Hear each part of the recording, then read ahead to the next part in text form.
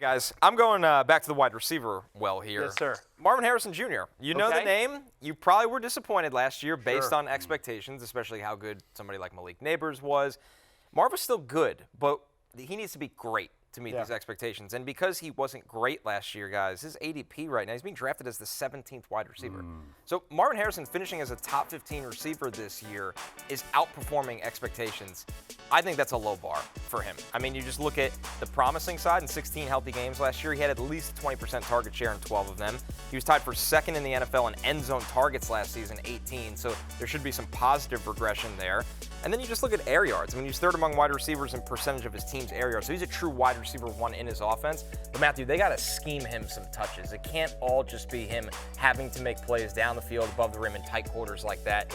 Ridiculous. Guys hanging all over him, and then turns around, back shoulder, one-handed. The talent didn't go anywhere. Right. If you believed in the talent of Marvin Harrison Jr. as a super prospect, you should still believe in it in year two. I will happily draft him as one of the first 15 wide receivers off the board. He's not being viewed as that, Jay. Yeah, he's going, like, in terms of just wide receiver positioning, he's going 10 spots after Brian Thomas Jr., which would have been unthinkable 12 months ago. Obviously, we've got more data since then, but at the same time, I think with Marv, still plenty of upside, still have to regress to the fact that he was a generational prospect. And I think another key thing is that Kyler Murray was one of the worst deep ball throwers in the NFL last year. And a lot of that was his targets to Marv, where it just didn't seem like that the timing, they weren't on the same page.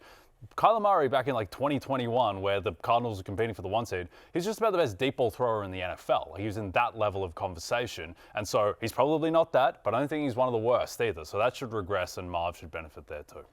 Yeah, I mean, I think they're actually, it's very small samples, but I think they're actually also trying to put him in the slot a little bit. They're trying to move him inside a little bit. A little bit of him preseason. Yeah, we've seen a little bit, just whatever, a couple of snaps, but get him going. The fact is, like, how can we get?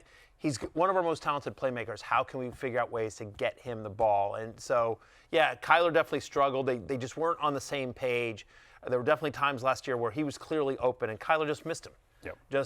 Just absolutely missed him. So I think betting on the talent and the opportunities is smart here. Just the institutional incentives as well. Like, if you're the Arizona Cardinals, what have you spent all offseason thinking about in terms of your offense? Like, it's how to maximize Marvin Harrison Jr. You're not thinking about how to maximize Zay Jones as your wide receiver too. Like, this offense is going to live through Marvin Harrison. They spent, the 4th pick in the draft on Marv? Like, they need this to work, and he's their best path to being an elite offense. It's him and Trey McBride. That's who gets the targets. That's the other thing. And again, I always talk about this. We talked about it yesterday with Travis Hunter. But, like, again, you have to think about just the people in the building. A football team is like any other workplace with people, people that work, and there's bosses that you may not agree with their decision making. There's internal politics, everything like that. Jonathan Gannon is I just tell you, if the Cardinals fail this year and don't show some improvement, I got news for you. Like, if they're sitting there going like, all right, well, we can either get rid of Jonathan Gannon or Marvin Harrison Jr., I can tell you who's sticking there next year, and it's Marvin Harrison Jr. Like, I mean, they need Marvin Harrison Jr. to work. Like, he was they put a ton of draft capital into him, and so if he doesn't work this year, that's going to be on the offensive coaching staff, and so that's going to be a challenge. Hey, it's Matthew Berry from NBCSports.com and RotoWorld.com, and I want to thank you so much for watching whatever it is you just watched, or if nothing else, being too lazy to click out of the autoplay after this video started, after whatever it is you actually wanted to watch finished. But now that you're here, I'd like to take a moment here to ask you respectfully now, okay? I'm asking you respectfully to subscribe to the NFL on NBC YouTube channel. You'll get the latest RotoWorld fantasy news headlines, all sorts of great shows, including my own Fantasy Football Happy Hour. So go subscribe now. Again, I'm asking respectfully.